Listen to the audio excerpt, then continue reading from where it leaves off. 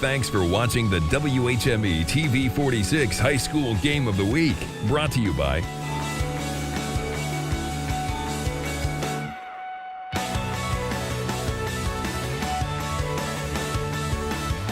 They're still buzzing about this one inside the Fleet Gymnasium, and why not? The home team, the Culver Academy Eagles, ranked #1 in Class 3A in the state of Indiana, walk away with a 37-32 victory tonight over the 8th-ranked Brebeuf Jesuit Braves. Chuck Freeby and Bob Nagel here at courtside. And, partner, about what we expected, I think we both thought we'd see a little bit more offense tonight, but we expected the nip and tuck battle that we saw. No question, both teams are missing people from last year. They're still trying to work out things. That usually has more effect on offense than defense. I love the intensity of both teams. This was a really fun night tonight, and a chance to be here for the first time and see a great game like this. Biggest lead that Culver had in the ball game was 6. They had a chance to extend it to 7, but they wind up winning by 5, which when both teams score less than 40 points seems like a huge win for Culver. They played well, and they look like the #1 team in the state. And when both teams score less than 40, a guy that scores 18, well, you know, he's going to be the player of the game. And Trey Galloway is our IU South Bend fulfilling the promise player of the game, standing by now with Bo Hunt.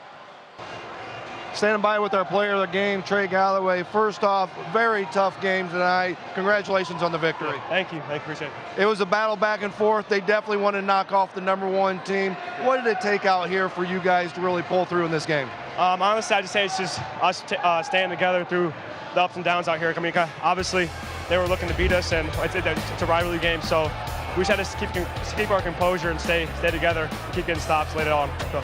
Three-pointers weren't dropping tonight. How do you guys go inside or change that up when they're not coming, or just start throwing them up? Yeah, that's what we like to do, because we can get it inside too. So I mean, it's not, we can't just rely on the three-point shot. So we got to get it inside to our bigs, Nick and Deontay, and it worked late in the second half. So it was good. The beginning of your season here, you got a tough stretch right now. You guys got Hamilton Southeastern tomorrow night, Marion on Tuesday night. Just talk about how difficult it is here at the beginning. I mean, yeah, obviously we want to stack up our schedule in the regular season to prepare us for the tournament run. So, I mean, obviously it's good for us to play against these type of teams and just get us prepared. So it's good playing like teams like Brebeuf and Hamilton Southeastern Marion, like you said. So let's go. Didn't get a chance to see you since last year. Congratulations on the state championship, and we'll see you down the road. Sounds good. Thank you. Back to you guys.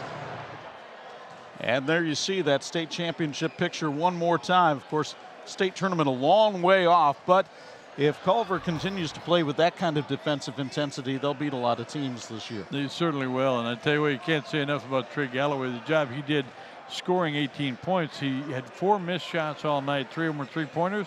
I'm not making the 3. I'm going to ramp it up on defense. He got the 3 dunks, and he flushed it pretty good. You don't miss the shot when you get as close as you do off the electrifying play of the game, sponsored by the electrical workers of Local 153. And once again, it's Galloway who came up with a big play here, as first it'll be the steal by Anthony Goeb, then he goes ahead to Galloway, and that really got this crowd jumping at the end of the first quarter. It gave Culver its biggest lead of the game, and the Eagles would go on to win this one 37-32.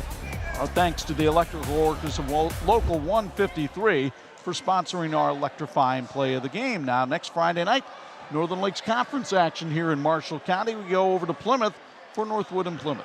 And Northwood has to travel to Plymouth. Always tough to win down there. They'll have a great crowd on hand as well. They got off to a good start. They've been struggling a little bit, but looking forward to it. It's always great Northern Lakes Conference action, and looking forward to it. We had a great time coming to Fleet Gymnasium for the first time in the history of the 46 Game of the Week. And we thank everybody here at Culver for their cooperation tonight. And our 46 crew brought you this one. The Garden Gnome, Dean Korsmo, working in the truck tonight, doing a lot of roles. Tommy Ward handling the audio, and the rest of our usual cast of characters. A reminder, there's radio basketball tomorrow for you on Pulse FM 92.1 and 96.9. Have the Notre Dame women taking on Toledo at 1. 103.1 FM has IU taking on Louisville at 2:30. And then, as we mentioned, next Friday night, more high school basketball here on TV 46 as the Northwood Panthers take on the Plymouth Pilgrims down at the Rock in Plymouth, Friday night 11 and Saturday morning at 9. Now from our broadcast partners, the Hall of Famers, Bob Nagel and Bo Hunt, Chuck Freeby. Once again, the final, Culver Academy 37, Brebeuf 32.